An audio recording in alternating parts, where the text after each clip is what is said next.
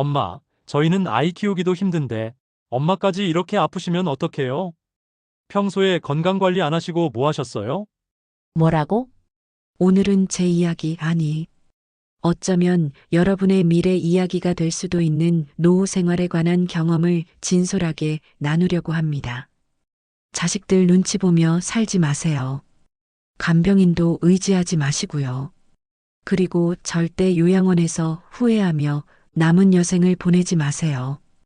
이 말은 제가 지난 3년간의 쓰라린 경험을 통해 깨달은 가장 중요한 교훈입니다.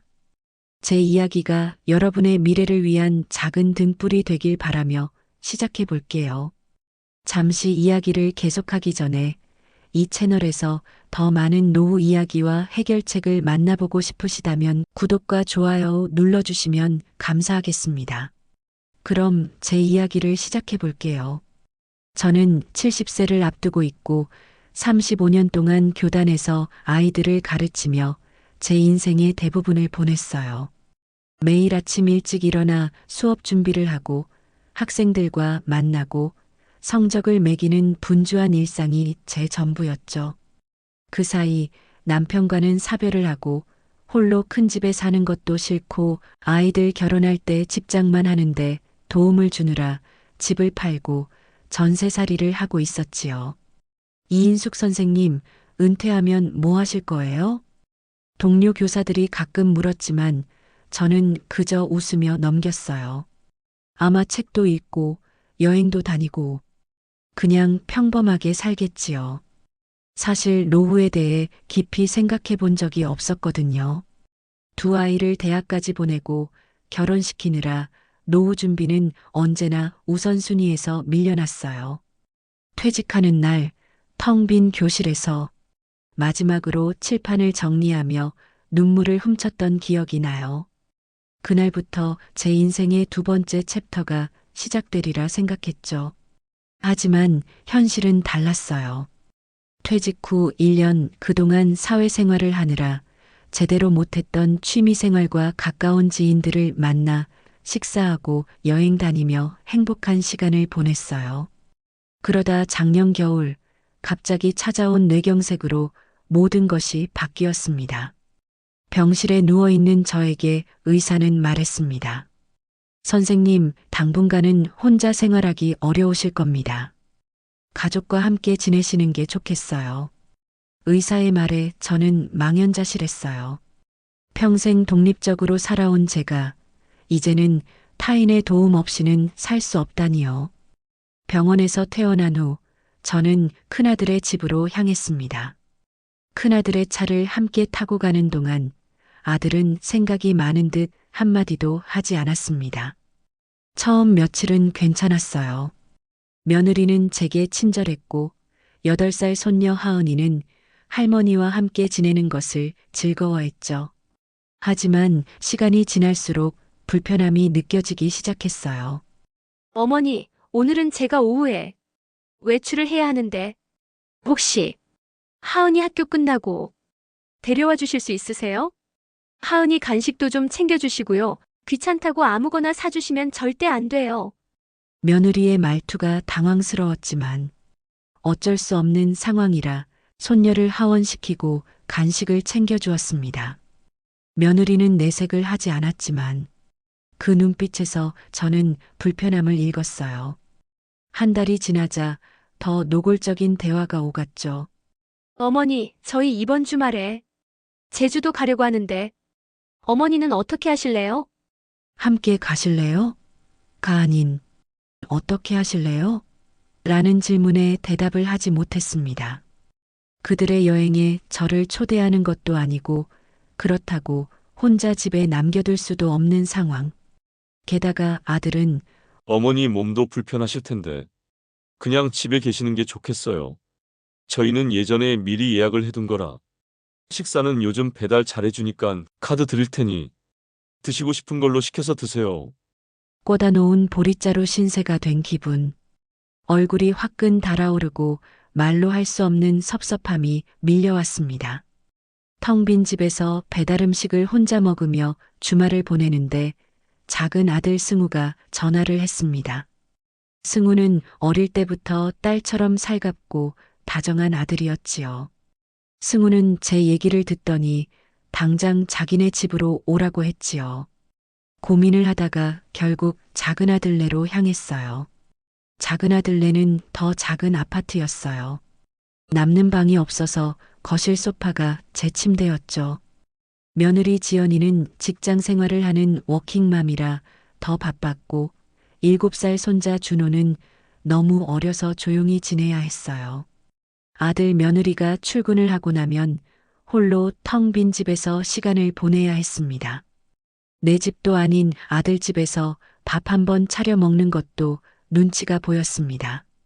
냉장고가 텅 비어서 반찬을 만들어 놓기도 하고 밥통에 밥이 없으면 제가 해야 했지요. 몸이 힘들지만 집안이 어지러운 것을 그냥 보고만 있을 수는 없어서 청소기도 돌리고 세탁기도 돌리며 집안일을 했습니다. 식탁에 놓여있는 빵이 먹고 싶어도 손자의 간식인지 아닌지 몰라서 눈치가 보였지요. 아들집이지만 바늘방석이 따로 없었습니다. 어느 날 며느리는 제게 어머니 세탁기 돌리지 마세요. 제가 할게요. 색깔을 구별해서 따로 돌려야 하는데 이렇게 한꺼번에 돌리시면 어떡해요? 평생 이렇게 살림하신 거예요? 그리고 콩나물 무치실 때 제발 비닐장갑 좀 끼고 해주세요. 손에 세균이 얼마나 많은데 우리야 괜찮지만 아이가 먹는 음식이잖아요. 얹혀 사는 주제에 살림에 도움도 안 되는 존재가 되었습니다. 그날 밤 퇴근한 아들에게 위로나 받을까 해서 슬쩍 속마음을 털어놓는데 엄마, 우리 아이 키우기도 힘든데 엄마까지 이렇게 아프시면 어떡해요? 평소에 건강 관리 안 하시고 뭐 하셨어요? 모든 게 다 엄마가 아프셔서 일어난 일이잖아요? 저희도 최선을 다하고 있는데 여기서 더 어떻게 하라는 말씀이세요? 솔직히 집사람 말이 틀린 것 하나도 없잖아요? 평소 아들답지 않은 차가운 말에 저는 마음이 무너지는 것 같았습니다. 제가 아프고 싶어서 아픈 것도 아닌데 건강관리도 안 하고 아프면 어떡하냐니. 그날 밤 거실 소파에서 숨죽이며 눈물을 흘려야 했습니다. 몸도 아픈데 제 신세가 초라하기 그지 없었습니다. 두 아들 집을 오가며 석 달을 지냈을 때 저는 가슴 아픈 진실을 깨달았습니다. 내가 아이들에게 짐이 되고 있다는 사실을요. 이것이 제가 평생 꿈꿔온 노후의 모습이었을까요? 아니요, 전혀 아니었습니다. 저는 35년간 아이들에게 자신의 인생은 스스로 책임져야 한다고 가르쳤어요. 하지만 정작 저 자신은 그 가르침을 실천하지 못했던 거예요. 숙제를 내주지 않은 교과목처럼 저는 제 노후 준비라는 숙제를 미뤄둔 것이었죠. 작은 아들네 집에서 보낸 지 한 달째 되던 날 아침 식사 자리에서 큰아들이 찾아왔어요. 그의 손에는 컬러풀한 팸플릿이 들려 있었죠. 엄마, 이런 곳이 있어요. 실버타운 해피니스라고. 요즘 요양원은 옛날이랑 달라요. 수영장도 있고 문화 프로그램도 많대요. 큰아들은 조심스럽게 말을 이어갔어요. 엄마도 편하시고 저희도 마음 놓고 엄마를 찾아뵐 수 있고. 그 순간 제 심장이 내려앉는 것 같았어요.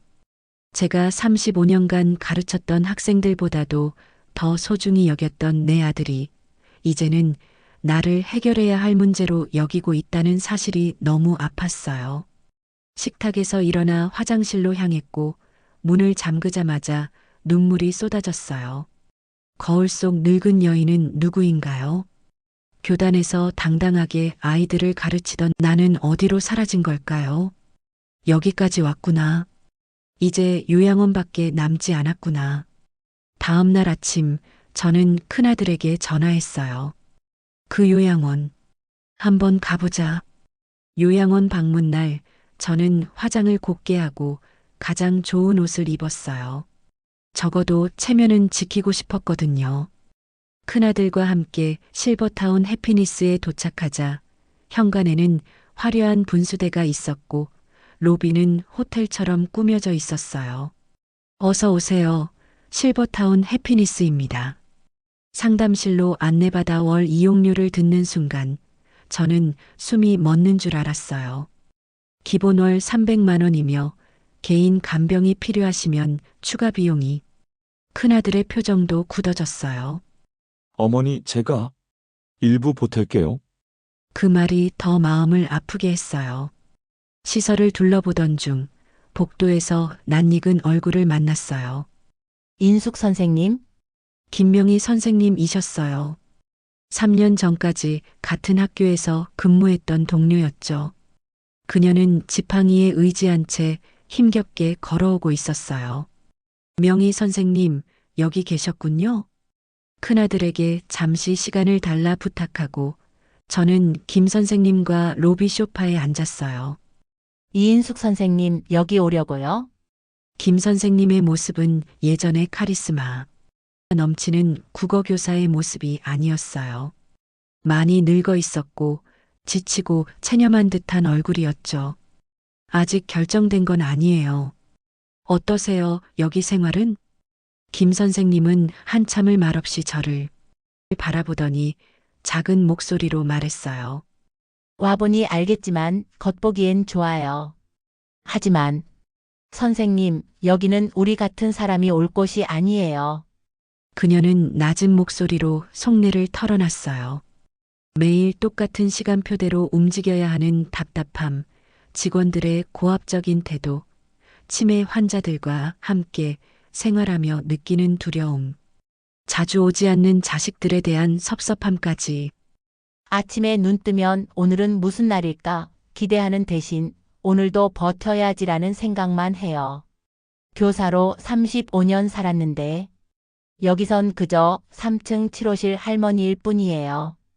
떠나기 전 김 선생님이 제 손을 꼭 잡았어요. 인숙 선생 아직 선택할 기회가 있다면, 그리고 아직 거동을 혼자 할 정도라면 여기 오지 않는 게 좋겠어요.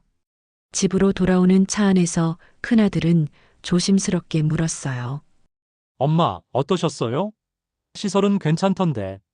저는 담담히 대답했어요. 엄마는 거기 못 가겠어. 결국 저는 세 번째 선택을 했어요. 제 질환으로 등급 판정을 받을 수 있어서 요양보호사를 고용하기로 했죠. 처음에는 다 괜찮을 것 같았어요.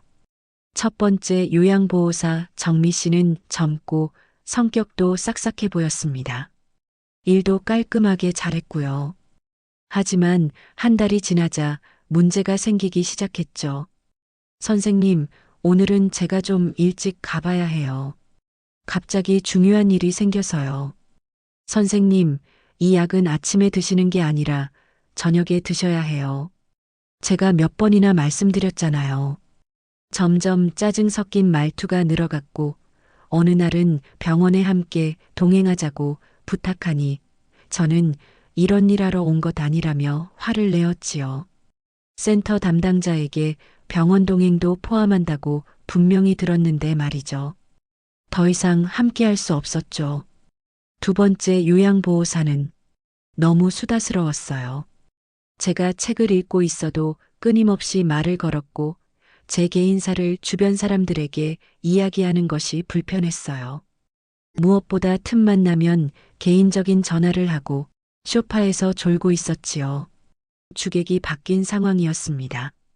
세 번째 요양보호사는 일도 참 잘했고 만족스러웠습니다. 그러다 어느 날 갑자기 그만두겠다고 해서 이유를 물어보니 제가 전직 선생님이라 그런지 말투도 지시하고 명령하는 말투이고 가르치려 드는 것 같아 기분 나쁘다며 그만하겠다고 했어요. 서로 잘 맞지 않은 관계라 생각했습니다. 결국 3달 만에 3명의 요양보호사가 바뀌었고 저는 깊은 절망에 빠졌어요. 마치 학교에서 정년을 맞이한 후 또 다른 감옥에 갇힌 기분이었어요. 자식도 요양원도 간병인도 아니면 이젠 어떻게 해야 할까? 막막했습니다. 며칠 후 저는 텔레비전을 보다가 우연히 한 프로그램을 접했어요. 고령자 복지주택이라는 곳을 소개하는 내용이었죠. 65세 이상 어르신들을 위한 맞춤형 임대주택으로 보증금 최대 2,600만 원에 월 임대료는 15만 원부터 제 귀를 의심했어요. 그 가격에 살 수 있는 곳이 있다고 인터넷 검색을 시작했고 다음 날 아침 일찍 관련 기관에 전화를 걸었습니다. 안녕하세요. 고령자 복지주택 입주 자격과 신청 방법에 대해 문의하려고 합니다. 담당자는 친절하게 설명해 주었어요. 65세 이상 무주택 저소득 어르신이 대상이며 1년에 한 번씩 신청 기간이 있다고요. 마침 다음 주가 신청 기간이라는 말에 저는 운명이라고 생각했어요. 그렇게 저는 고령자 복지주택에 대해 자세히 알게 되었어요. 이곳은 단순한 주택이 아니라 노인들의 특성을 고려한 총체적인 시스템이었습니다. 가장 마음에 든 것은 경제적 부담이 적었습니다. 보증금은 지역마다 다르지만 1,300만 원에서 2,600만 원 사이, 월 임대료는 15만 원에서 23만 원 정도로 국민연금으로도 충분히 감당할 수 있는 금액이었죠. 제가 받는 연금으로도 넉넉히 살 수 있다는 계산이 나왔어요. 또한 안전 시스템이 잘 갖춰져 있었어요. 화장실에는 비상벨이 설치되어 있고 현관문은 디지털 도어락, 그리고 24시간 CCTV가 작동해 혼자 살아도 안전하게 지낼 수 있었습니다.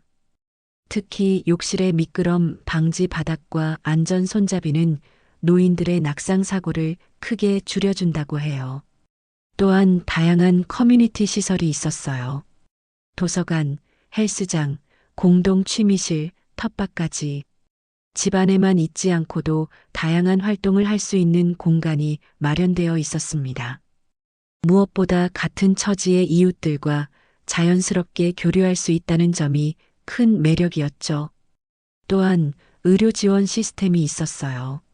정기적인 건강 체크, 응급 상황 발생 시 빠른 대처, 그리고 가까운 병원과의 연계 서비스까지 있었죠. 특히 주 1회 방문하는 간호사가 기초적인 건강 체크를 해준다는 점이 마음에 들었어요. 무엇보다 자립과 존엄을 지킬 수 있어요.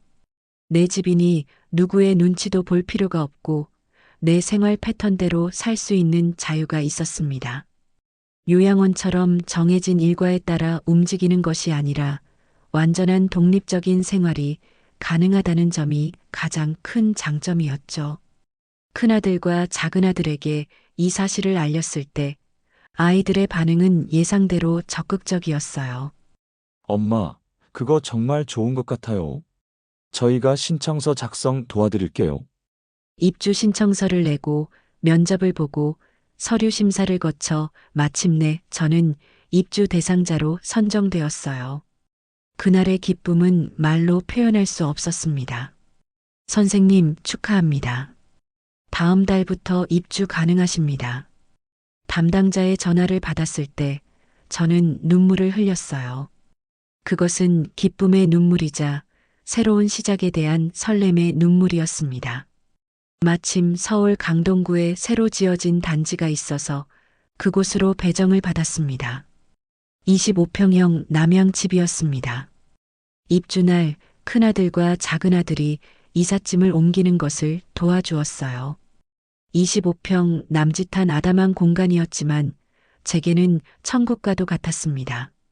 현관문을 열고 들어서자 햇살이 가득한 거실이 작지만 깔끔한 주방이, 그리고 무엇보다 내 방이 저를 반겨주었어요. 엄마, 여기 정말 좋네요. 저희가 더 일찍 알아봤어야 했는데. 큰아들의 말에 저는 웃으며 대답했어요. 늦지 않았어. 이제부터가 시작이야. 엄마, 전에 제가 했던 말 서운하셨지요? 죄송해요. 저희도 먹고 살기 바쁘고 하다 보니 말이 거칠게 나왔네요. 제 마음도 편치 않았어요. 엄마, 죄송해요. 작은 아들 승우에게 받았던 상처도 이렇게 풀 수 있었답니다. 아이들은 침대와 옷장, 소파 등 기본 가구를 사주었고 저는 그동안 보관해 두었던 소중한 물건들을 새 집에 정성스럽게 배치했어요.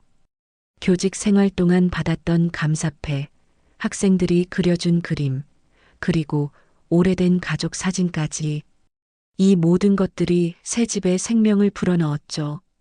복지주택에서의 첫날 밤, 저는 오랜만에 편안한 잠을 잤어요.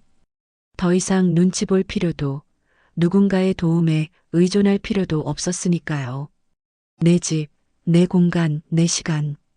이 단어들이 주는 안정감은 그 어떤 약보다 효과가 좋았어요. 아침에 눈을 뜨고 제일 먼저 한 일은 커피 한 잔을 내려 베란다에 앉는 것이었어요.